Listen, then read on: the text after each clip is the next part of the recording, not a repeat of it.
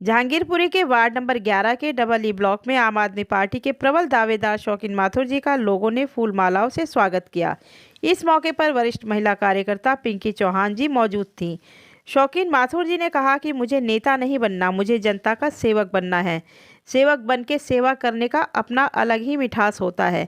शौकीन जी का कहना था कि आने वाले एमसीडी चुनाव में आम आदमी पार्टी सरकार बनाने जा रही है और जनता एमसीडी के 15 साल से शासित भाजपा को जड़ से उखाड़ फेंकेगी और एमसीडी से भ्रष्टाचार का अंत होगा। देखिए एक खास रिपोर्ट। केजरीवाल जी ने फरिश्ते योजना लेके आए कि जो एक्सीडेंट रोड पे हो जाएगा उसको ले जाकर जो हॉस्पिटल नज़दीक के हॉस्पिटल पहुंचाएगा, चाहे वो प्राइवेट है चाहे वो सरकारी है, उसको इनाम भी मिलेगा, पहुंचाने के 2000 रुपये भी मिलेंगे। और साथ के साथ अगर प्राइवेट हॉस्पिटल में उसको पहुंचा दिया तो प्राइवेट हॉस्पिटल वाला उसका फ्री में इलाज करेगा, चाहे वो 1 रुपये का चाहे 1 करोड़ रुपये तक का, वो सारा पैसा दिल्ली सरकार देगी। किसी का हॉस्पिटल के अंदर इलाज हो रहा है, कोई ऑपरेशन हो रहा है, हॉस्पिटल के अंदर लेट डेट दी जा रही है तो एक फार्म भर दिया जाता है जिसे डाक कहते हैं गवर्नमेंट की, उसमें डाक का एक फार्म भर दिया जाता है जिसका कोई भी कितना भी बड़ा इलाज का ऑपरेशन हो, उस ऑपरेशन को प्राइवेट हॉस्पिटल में करवा दिया जाता है, चाहे वो 1 रुपये का चाहे 1 करोड़ रुपये का हो, वो दिल्ली सरकार पे करती है। ऐसी बहुत सी योजनाएं हैं दिल्ली के अंदर जो केजरीवाल जी ने लागू की और जो सीधा सीधा लाभ उसको दिल्ली की गरीब जनता को मिल रहा है। ये जो लाभ है ये हजम नहीं हो रहा ना कांग्रेस को ना बीजेपी को कि हमने 70 साल में और हमने 15 साल में ये दिल्ली को नहीं दे पाए, पर इन्हें आम आदमी ने 7 साल में आके सारे चीज़ कर दिया। अब हम इसको बदनाम कैसे करें? तो फ्री की चीज़ कह के ये बदनाम कर रहे हैं कि दिल्ली की जनता को फ्री की आदत डाल रहे हैं। तो फ्री की आदत डालने का मतलब है हमारा पैसा टैक्स का, अगर हमने ये फूल माला भी खरीद के लाए हैं तो इसमें भी हमने टैक्स दिया है, चाहे कितना भी दिया गवर्नमेंट को टैक्स गया। अगर वो पैसा केजरीवाल जी के पास जा रहा हो, केजरीवाल जी उसी पैसे को हमारे पैसे को हमें वापस दे रहे हैं किसी चीज़ में, तो इसमें फ्री कहाँ हुआ? वो पैसा हमने ही दिया ना सरकार को। सरकार पैसा कहाँ से देती है? हम कोई काम चीज़ खरीद रहे हैं, वो पैसा जा रहा है गवर्नमेंट। आपका स्वागत है। बहुत बहुत धन्यवाद आपका। आज जहांगीरपुर के डबल ई में ब्लॉक में जो स्वागत समारोह हुआ है, आप कैसा महसूस कर रहे हैं आम जन के द्वारा? महसूस करने वाली ये बात यह है कि ये स्वागत समारोह नहीं है, मेरा परिवार है। तो यहाँ स्वागत की या औपचारिकता की कोई बात नहीं है, बाकी ये प्यार इनका आशीर्वाद है जो ये माला मंगा के स्वागत किया है। पर ये मेरे बड़े बुजुर्ग मेरे घर के परिवार के लोग हैं, यहाँ कोई स्वागत की कोई ज़रूरत नहीं थी, फिर भी इन्होंने अपना मेरा सम्मान किया, इसके लिए इनका मैं आभारी हूँ। इनका मैं बहुत बहुत धन्यवाद करता हूँ सभी लोगों का। सर, आम आदमी पार्टी एमसीडी पर, एमसीडी आम आदमी पार्टी पर ये आरोप लगाती आ रही है कि इधर से हमको फंड रिलीज नहीं हुआ, इधर से हमने पूरे काम नहीं किए। इस प्रक्रिया में एक आम लोग बहुत परेशान हो रहे हैं, आम लोग पिस रहे हैं। इस संबंध में आप क्या कहेंगे? देखिए, आरोप प्रत्यारोप की राजनीति तो इनका हिस्सा बना हुआ है। देश से लेकर नीचे कितनी भी निचली राजनीति कर लो, बस एक दूसरे पर आरोप लगाते रहते हैं। दिल्ली सरकार ने जितना भी फंड दिया, आपने पिछले कुछ महीने पहले सुना होगा कि इतने 1000 करोड़ रुपए का इन्होंने घोटाला कर दिया, जिसके रूप दिल्ली के एक बड़े नेता बीजेपी के केजरीवाल जी के घर जाके धरना दे के बैठ गए। और उसमें विपरीत दिल्ली के जो कार्यकर्ता थे आम आदमी पार्टी के, उन्होंने भी प्रदर्शन किया कि दिल्ली की बीजेपी एमसीडी सरकार दिल्ली के दिए हुए सरकारी पैसे को डकार गए। तो उसके बाद ये लड़ाई सड़कों से या कार्यकर्ताओं के बीच से आके लड़ाई पहुंच गई कोर्ट में, और कोर्ट ने भी इस चीज़ को लताड़ा एमसीडी में बीजेपी को कि दिल्ली सरकार ने इतना 1000 करोड़ रुपए दिया था, वो कहाँ गया। क्योंकि साफ साफ जाहिर होता है कि हम झूठ बोल सकते हैं, कार्यकर्ता झूठ बोल सकते हैं या नेता झूठ बोल सकते हैं, पर कोर्ट कभी झूठ नहीं बोला। कोर्ट साक्ष्य देखता है, उस साक्ष्य के आधार पर उसका निर्णय लिया जाता है। तो वहाँ पे इनको लताड़ पड़ी, लताड़ होने के बाद ये चुप बैठ गए कि इनको लगा कि रोडों पे झूठ फैलाकर, जैसा कि ये झूठ फैला कर वोट ले लेते हैं, ऐसे ही रोडों पे होर्डिंग पोस्टर लगा के प्रचार करके ये झूठ फैला देंगे। बड़े करोड़ों रुपए, जितना इन्होंने घोटाला नहीं किया उससे ज़्यादा करोड़ों रुपए के दोनों होर्डिंग लगा दिया केजरीवाल जी को बदनाम करने में। तो उसका नतीजा कुछ नहीं निकला। कोर्ट से इनको लताड़ पड़ी, फटकार पड़ी कि ऐसा कुछ नहीं है, दिल्ली सरकार ने पैसा दिया था, वो पैसा कहाँ गया। और ये सारा पैसा डकारने के बाद उल्टा आरोप केजरीवाल जी पर लगाने पड़े, जिनको इन्हें कोर्ट में मुँह की खानी पड़ी। दिल्ली सरकार के स्कूलों का मॉडल के रूप में पूरी दुनिया में सराहा जा रहा है, जबकि 2 साल पहले ट्रम्प की बीवी मिलेनिया ट्रम्प यहाँ दिल्ली के सरकारी स्कूलों का दौरा कर चुकी हैं। यदि आप एमसीडी में आते हैं तो उसी तर्ज पर क्या एमसीडी के स्कूलों को आप मॉडिफाई बनाने की कोशिश करेंगे? देखिए, आज केजरीवाल जी का दिल्ली मॉडल, चाहे वो किसी भी विभाग में हो, किसी भी संस्थान में हो, इसकी चर्चा देश ही नहीं विदेशों में भी हो रही है। और पूरे देश में सर्वश्रेष्ठ मुख्यमंत्री हमारे केजरीवाल जी हैं, जो इतिहास में पहली बार इतना हुआ है कि इतनी क्रांतिकारी काम दिल्ली के अंदर हुए हैं। और विदेशों में भी अभी ट्रंप और ट्रंप की बीवी जब आई तो बहुत बीजेपी के लोगों ने, नेताओं ने कोशिश करी। केंद्र के सरकारी वो देखो आप, विद्यालय देखो, पर उन्होंने बड़ी की, पर उन्होंने जो सुना था, उन्होंने कहा जो हमने तो डंका तो जो बज रहा है वो केजरीवाल जी के स्कूलों का बज रहा है, पहले हम स्कूल देखेंगे केजरीवाल जी के। बड़ी कोशिश की रोकने की, पर वो माने नहीं और दिल्ली के सरकारी स्कूलों को देखने आए। जब उन्होंने स्कूल देखे तो उन्हें विश्वास नहीं हुआ कि दिल्ली में भी जो हमने इससे पहले जो सुना था तो ऐसे स्कूल हो सकते हैं। तो जब उनको बड़ी खुशी हुई कि दिल्ली में भी केजरीवाल जी ने ऐसा मॉडल पेश किया जिसका विदेशों में डंका बज रहा है। और दूसरी बात, विदेशों में भी कई ऑफर आए कि आके अपना मॉडल हमें दिल्ली के तर्ज पे हमें विदेशों में भी समझाया जाए। पर केजरीवाल जी ने कहा मुख्यमंत्री मैं दिल्ली का हूँ, विदेशों से मेरा क्या काम। तो दिल्ली की जनता ने चुना, दिल्ली में रहने दो, दिल्ली का काम करने दो। एमसीडी चुनाव में बीजेपी के पास एमसीडी चुनाव में बीजेपी के पास आम आदमी पार्टी को घेरने के लिए कोई मुद्दा नहीं है। सिर्फ केंद्र की मोदी की योजनाओं को आम जन तक पहुंचाने का एक लास्ट उनके पास मुद्दा बचा है। इस संबंध में आप क्या कहेंगे?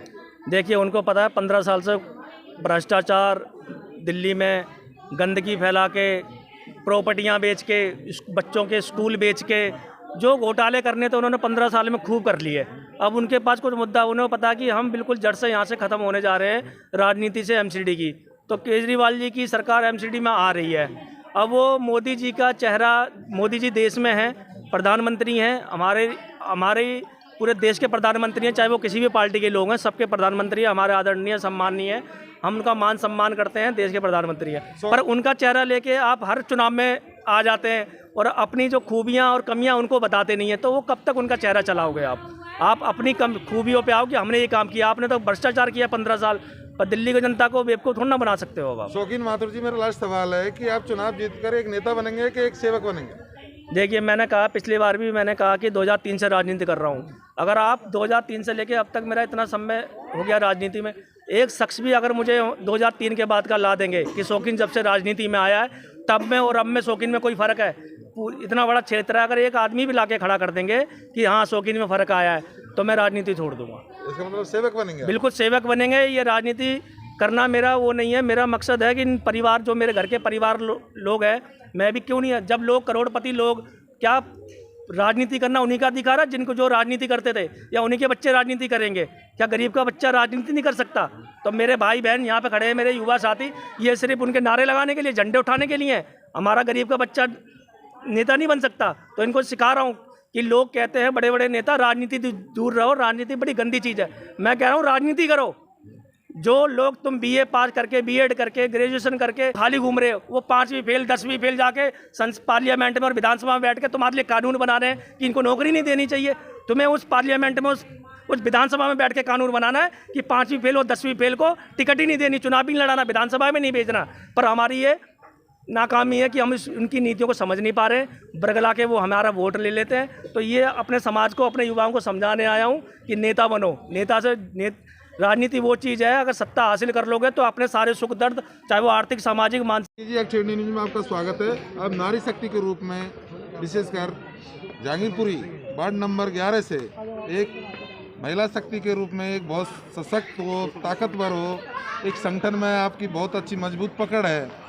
अब आने वाले एमसीडी चुनाव में पार्टी किसी भी कैंडिडेट को यदि टिकट देती है तो आपका किस प्रकार का मोटिवेशन होगा? नमस्कार साथियों, मेरा मोटिवेट यही है कि पार्टी जिसको भी टिकट देती है तो मैं पूरी अपनी, जितनी भी मेरी संगठन है महिला शक्ति का, पूरा जोर लगा के हम उसको जिताएंगे। पार्टी जिसको भी मौका देगी, चाहे शौकीन भाई हो या अवादर में जो बहुत सारे लोग खड़े हैं, या खुद का, मेरे का भी अगर मान लिया करते हैं, मैं भी दावेदारी कर रही हूँ, तो बिल्कुल हमारा एक ही निर्णय होगा कि हमें वार्ड नंबर 11 जिताना है। विकास के नाम पर वार्ड नंबर 11 से जो वर्तमान पार्षद हैं अजय शर्मा जी, उनका एक उदाहरण दिया जाता है कि अपने क्षेत्र के विकास के लिए यदि आप एमसीडी में आते हो, आपकी पार्टी एमसीडी में आती है, तो उनके जो अधूरे रह गए कार्यों को आप पूरा करने की कोशिश करेंगे? बिल्कुल करेंगे। एमसीडी में तो इस बार आना ही है। आप देखिए, हमारी आम आदमी पार्टी में केजरीवाल जी ने शायद मेरे ख्याल से 50-50 कर दिया। महिलाओं की शायद, जिसमें SC ST विंग को बहुत ज़्यादा सीट दी है, जिसमें महिलाएं मेरे ख्याल से ज़्यादा होगी। तो एक तो सबसे अच्छी बात यह है कि महिलाओं को आगे बढ़ा रहे हैं हमारी सरकार।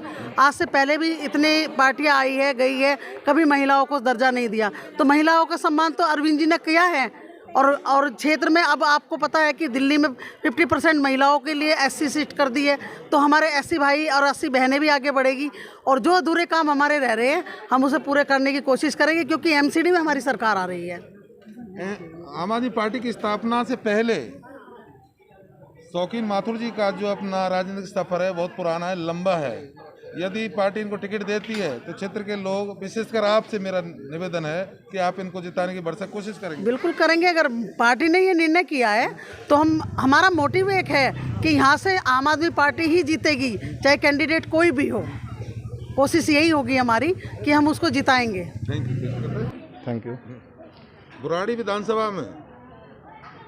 विधानसभा का आपने विशेषकर पहलवानी में या कुश्ती में पूरी दिल्ली में, पूरे देश में आपने जो नाम रोशन किया है, इस संबंध में जो आज बुराड़ी विधानसभा में विशेषकर जहांगीरपुरी में जो युवाओं में नशे की जो लत लगी हुई है, उनको क्या आप संदेश देना चाहेंगे उसको छुड़ाने के लिए?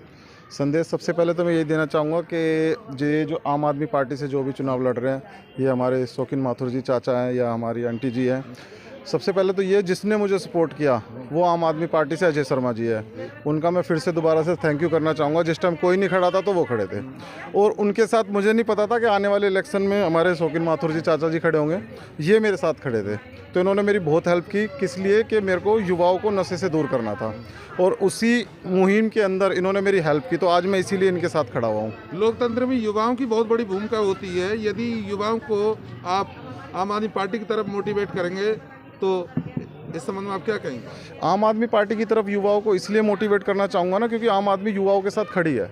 जब मैंने युवाओं के लिए जो भी मुहिम चलाई, जैसे मैंने बॉडी बिल्डिंग चैंपियनशिप कराई या पावर लिफ्टिंग चैंपियनशिप कराई, उसमें मैंने कईयों को मैसेज या कॉल की और उन्होंने भी मुझे कॉल की, लेकिन जिसने साथ दिया वो आम आदमी पार्टी है। Thank you sir. सभी भाइयों से कि जैसे अजय शर्मा जी को जिताया है, ऐसी हमारा कोई भी कैंडिडेट आम आदमी पार्टी से आता है, चाहे उसमें शौकीन जी हो, पिंकी जी हो, जय विनीत हो, कोई भी हो, कि अपने ही कैंडिडेट को जिताएं। अगर अपने तीनों ब्लॉकों का सुधार करना है तो हमें आम आदमी पार्टी को लाना पड़ेगा। Thank you.